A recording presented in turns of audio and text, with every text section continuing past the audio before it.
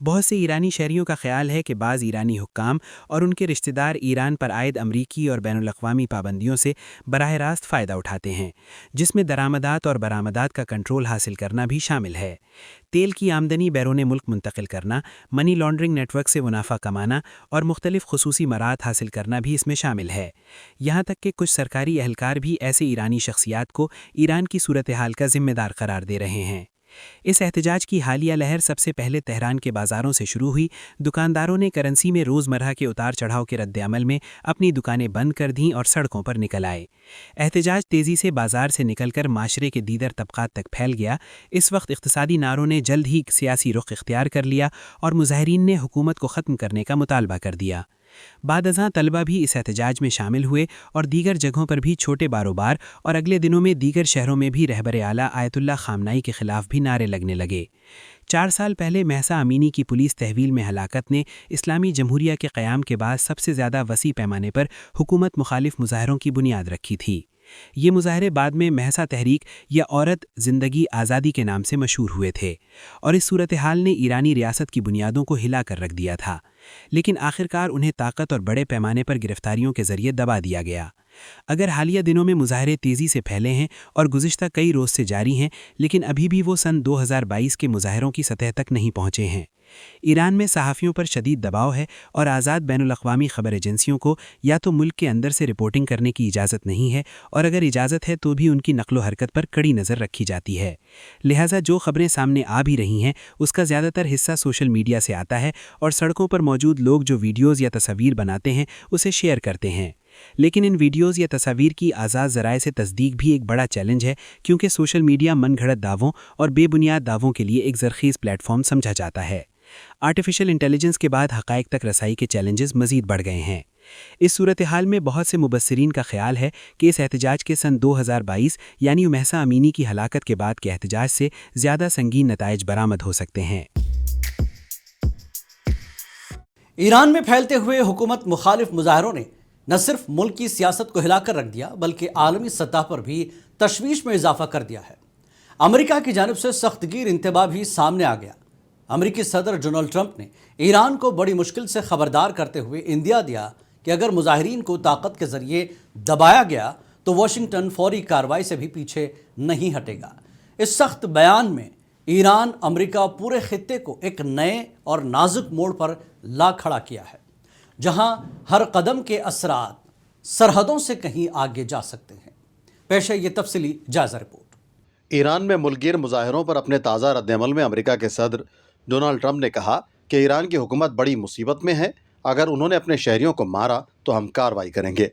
White house میں ایک تقریب سے خطاب کرتے ہوئے صدر ٹرمپ کا کہنا تھا کہ ایران میں مظاہرین ایسے شہروں پر قبضہ کر رہے ہیں جن کے بارے میں کسی نے سوچا بھی نہیں تھا۔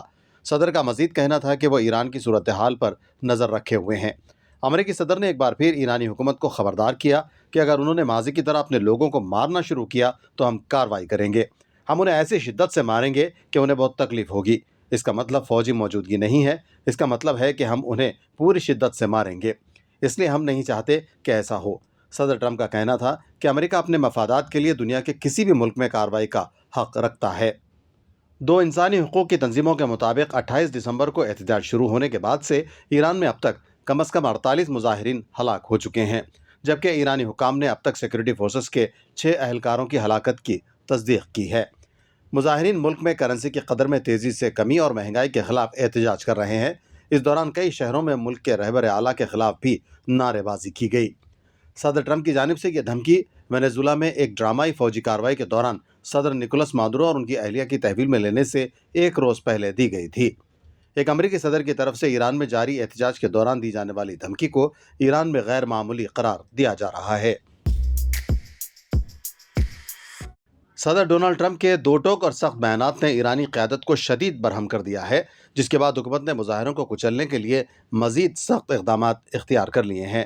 اسلامی جمہوریہ ایران کی قیادت طویل عرصے سے یہ موقف اختیار کرتی آئی ہے کہ امریکہ کی سرپرستی میں نظام کی تبدیلی کی کوششیں جاری ہیں اور مغربی طاقتوں کا اصل مقصد ایرانی حکومت کا خاتمہ ہے۔ امریکی دباؤ میں اس وقت مزید اضافہ ہوا جب اسرائیلی وزیر اعظم بنیامن نیتن یاہو نے ایرانی مظاہرین کی حمایت کا اعلان کیا، جس کے بعد تہران میں خدشات اور بے اعتمادی مزید گہری ہو گئی۔ سیاسی مبصرین کے مطابق ان بیانات اور الزامات نے ایران کے اندر جاری بحران کو مزید پیچیدہ بنا دیا ہے، جبکہ حکومت اور مظاہرین کے درمیان تصادم کا خدشہ بھی بڑھتا ہی جا رہا ہے۔ وینزویلا میں امریکی فوجی آپریشن کے بعد دنیا بھر میں یہ سوال کھڑا ہوا کہ ایران بھی اسی طرح کے کسی اقدام کا ہدف بن سکتا ہے، لیکن ماہرین کا کہنا ہے کہ ایران کوئی وینزویلا نہیں۔ تہران کی زمینی حقیقتیں، فوجی طاقت اور علاقائی حمایت کسی بھی براہ راست امریکی مداخلت کو انتہائی پیچیدہ بنا دیتی ہے۔ اس خصوصی رپورٹ میں جانتے ہیں کہ ایران میں وینزویلا ماڈل کے نفاذ کو ناممکن کیوں سمجھا جا رہا ہے۔ صدر ڈونلڈ ٹرمپ کے اس بیان نے عالمی سیاست میں ہلچل مچا دی، جس میں انہوں نے کہا کہ اگر ایران کی سیکیورٹی فورسز نے پرامن مظاہرین کو ہلاک کیا تو امریکہ مکمل طور پر تیار ہے، یعنی لاک اینڈ لوڈ۔ اس بیان کے 24 گھنٹے کے اندر دنیا نے وینزویلا میں ایک حیران کن منظر دیکھا۔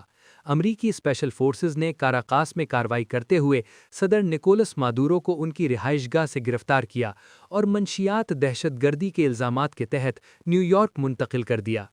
یہ کارروائی محض ایک گرفتاری نہیں تھی، بلکہ ایک واضح پیغام تھا کہ امریکہ اگر چاہے تو حکومتوں کو براہ راست نشانہ بنا سکتا ہے۔ اس اقدام کے بعد ایران پر نفسیاتی دباؤ میں نمایاں اضافہ ہوا۔ ایرانی وزیر خارجہ عباس عراقچی نے ٹرمپ کے بیان کو لاپرواہ اور خطرناک قرار دیا اور واضح کیا کہ ایران کو دھمکیوں سے مرعوب نہیں کیا جا سکتا۔ لیکن حقیقت یہ ہے کہ ایران وینزویلا نہیں ہے۔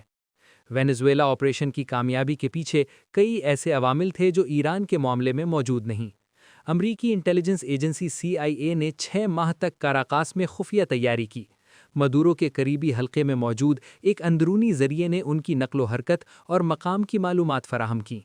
کارروائی سے پہلے امریکی جنگی طیاروں نے کاراکاس اور اس کے اطراف میں فوجی اہداف کو نشانہ بنایا، جس کے بعد اسپیشل فورسز نے زمینی کارروائی مکمل کی۔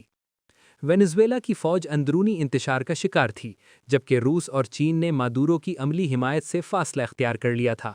یہی وہ خلا تھا جس نے اس آپریشن کو ممکن بنایا۔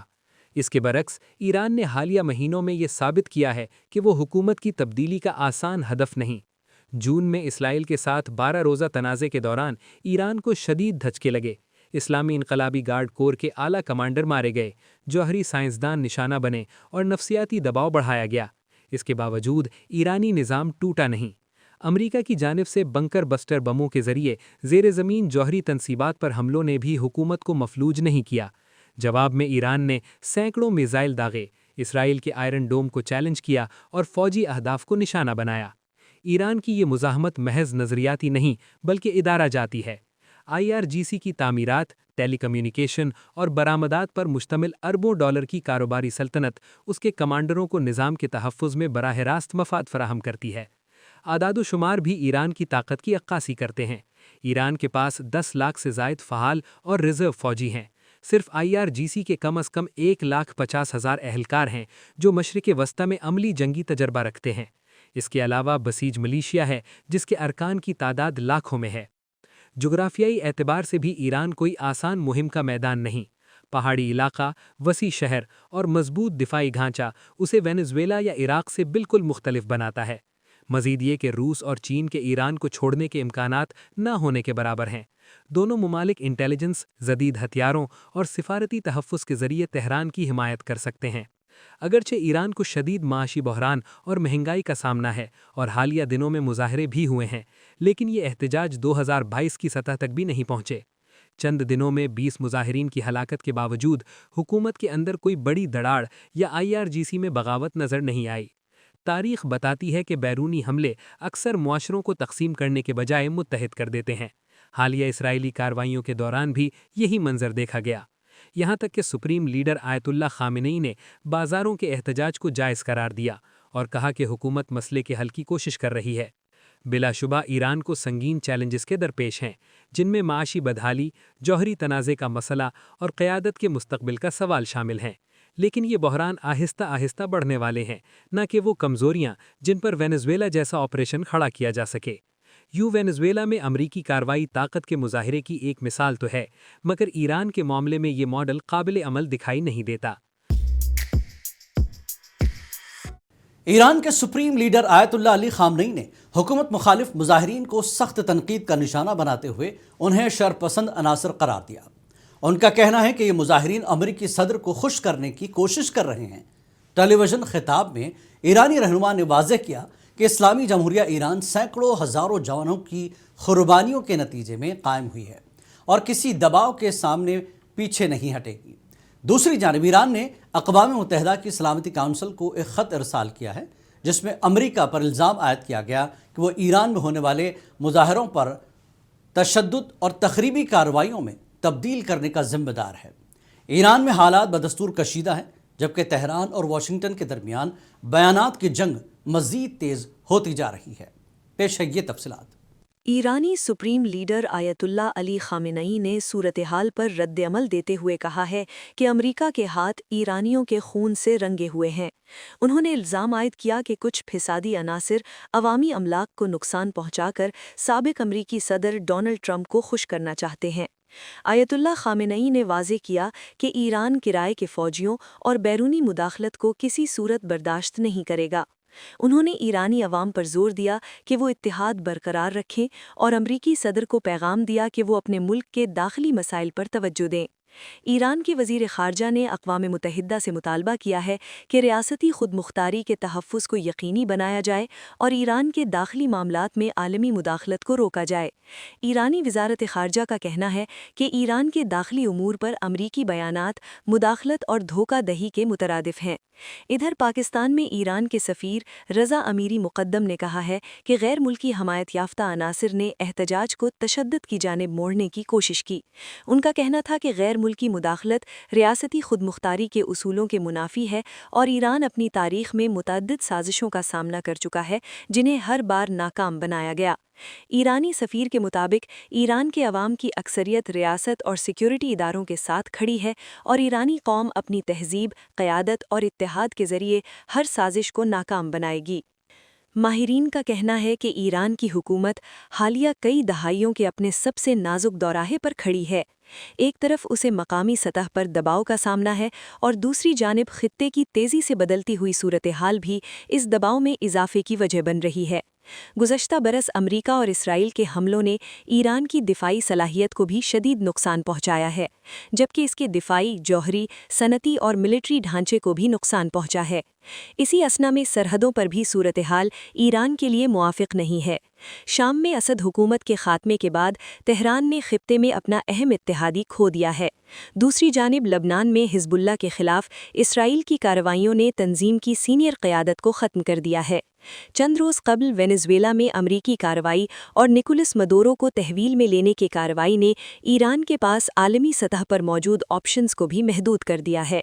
اس پیش رفت نے تہران کے لیے علاقائی اور بین الاقوامی منظرنامے کو نئی شکل دی ہے۔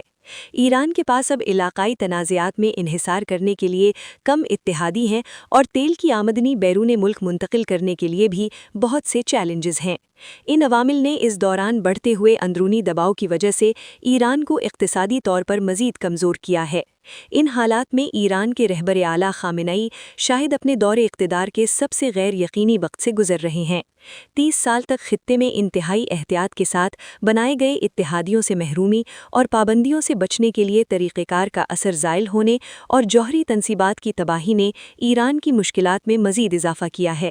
ٹرمپ کی وائٹ ہاؤس واپسی اور نیتن یاہو کی اسرائیل میں حکومت کے دوران ایران کے پاس کوئی بھاری قیمت چکائے بغیر اس بحران سے نکلنے کا بظاہر کوئی راستہ نظر نہیں آتا۔ کئی برسوں تک خامنئی اور ان کے قریبی حلقے علاقائی اتحادیوں اور جوہری پروگرام کو آگے بڑھانے کے لیے اخراجات کو قومی سلامتی کا اہم جزو قرار دیتے رہے ہیں، لیکن اب بظاہر یہ بیانیہ کمزور پڑ چکا ہے۔ ملک کے اندر اور باہر سے بڑھتا ہوا دباؤ اور ملک کی داخلی سیکیورٹی کو بعض مبصرین انہی پالیسیوں کا شاخسانہ قرار دے رہے ہیں۔ ایران میں جاری شدید عوامی احتجاج کے بیچ ایک اہم آواز ایک بار پھر عالمی توجہ کا مرکز بن گئی ہے۔ ایران کے جلا وطن سابق ولی عہد رضا پہلوی نے مظاہرین کے حق میں کھل کر موقف اختیار کرتے ہوئے ایرانی حکومت پر سخت الزامات عائد کیے۔ رضا پہلوی نے مغربی دنیا سے بھی عملی حمایت کا مطالبہ کیا ہے۔ آئیے دیکھتے ہیں یہ خصوصی رپورٹ۔ ایران میں حکومت مخالف مظاہروں نے ایک بار پھر شدت اختیار کر لی ہے اور ان مظاہروں پر ایران کے سابق ولی عہد رضا پہلوی کا پہلا باضابطہ رد عمل سامنے آ گیا ہے۔